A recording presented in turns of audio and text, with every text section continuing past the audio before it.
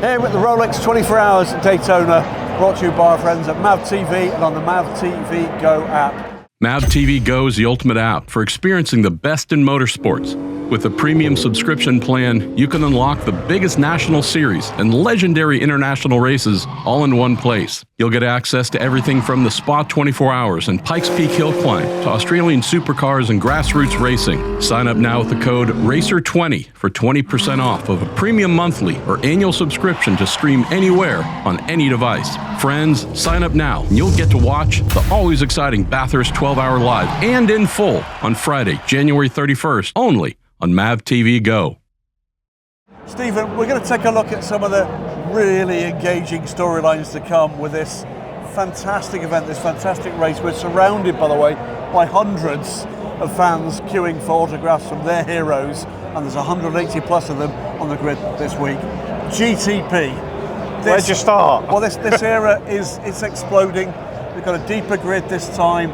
The storylines, though, big changes in the off-season amongst which teams are running which cars, teams getting on top of those technical packages, finding speed and finding reliability.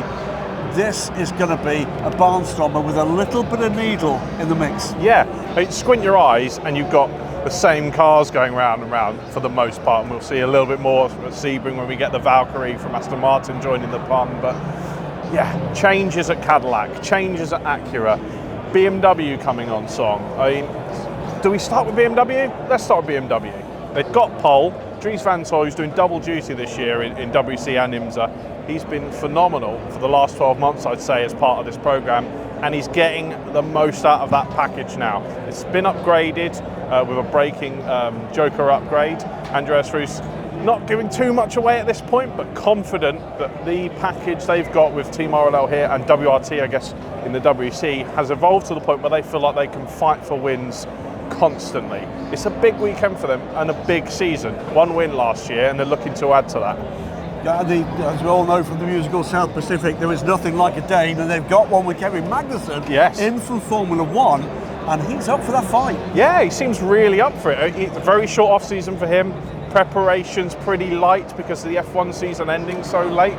But actually, he had a smile on his face today, and he looked like somebody who genuinely is amped up by the fact that he can do a race like this. He can follow in the footsteps of his father here, places like Le Mans, tour the world with BMW in a car that he's turned up, he's on pole. Yeah. Then we've got Wayne Taylor Racing back with Cadillac. We've got Michael Shank Racing, winners here, remember. Controversial circumstances, but back in the fold with Acura. Those two teams, a little bit of this between them, some changes in driver lineups as well. And we've not even mentioned Porsche.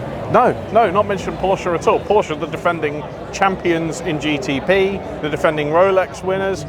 I mean, what can you say? They come back, and this Penske effort seems to be getting stronger and stronger as time goes on. The car's been updated again for the second time with suspension updates. We're seeing that debut here. Will that make a difference over the course of the race? We kind of have to wait and see, I guess. But they've changed their driver lineup, and I think there's not a single car on the grid that's got an identical driver lineup to last year. Final factory car to mention is one we've not mentioned at all yet, Lamborghini, ducking out of the WC for this season. Single car effort here with assistance from Bill Riley and the Riley Technologies guys. Big race and a big season for that organisation under new management at Scuderia, Lamborghini Squadra Corsa rather. But they need to make this work if they're going to find their way back from what is a really tricky opening season. Yeah, 100%. For them, they're managing expectations at this point. This is their first time doing this race, even though it's not their first time in IMSA GTP. It's their first time doing the Rolex 24, and I guess the job list starts with finish the race. Job number 2, finish on the lead lap. Job number 3, show some performance.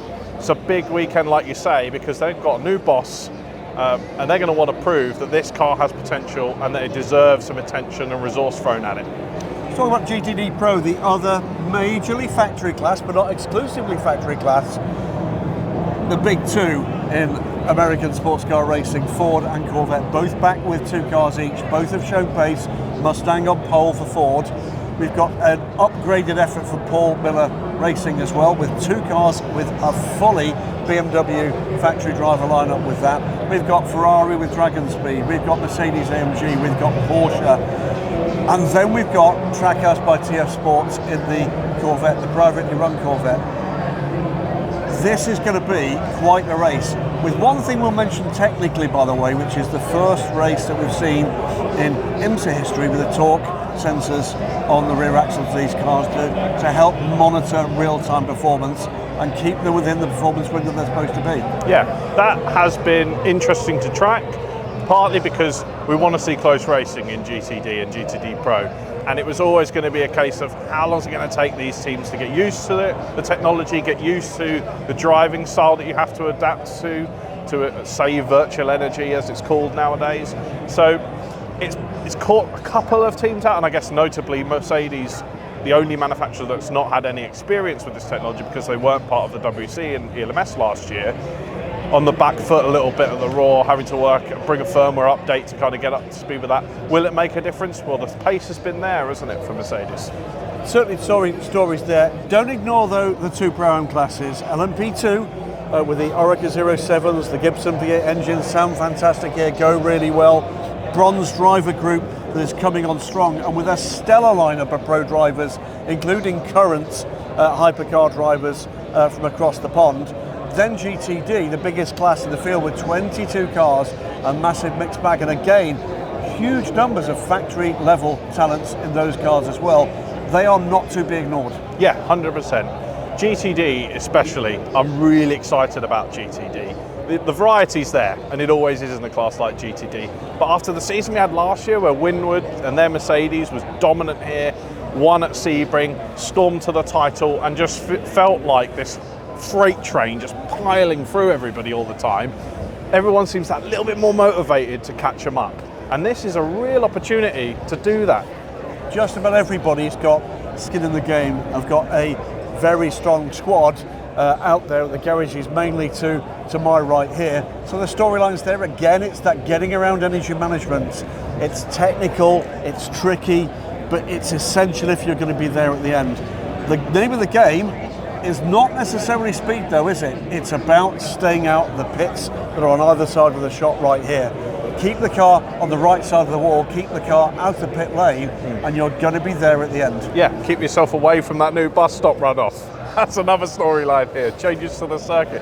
But no, you're entirely right with GTD. And there's another element to this, which is that we're beginning to see a bit of a change in the way they're going to manage the classes, and that's something to look out for as well. Before, you'd have GTD Pro and GTD cars tripping up with each other throughout the race because of the way that the restarts are managed. We're seeing a difference now. Different qualifying sessions. They'll start in different packs during the race tomorrow, and then during each full course caution, the classes are going to split, so you won't have a mixed bag all the time with these cars. So actually the racing for what really matters for these guys, for their class wins, for their class podium places, it's going to be alive for longer.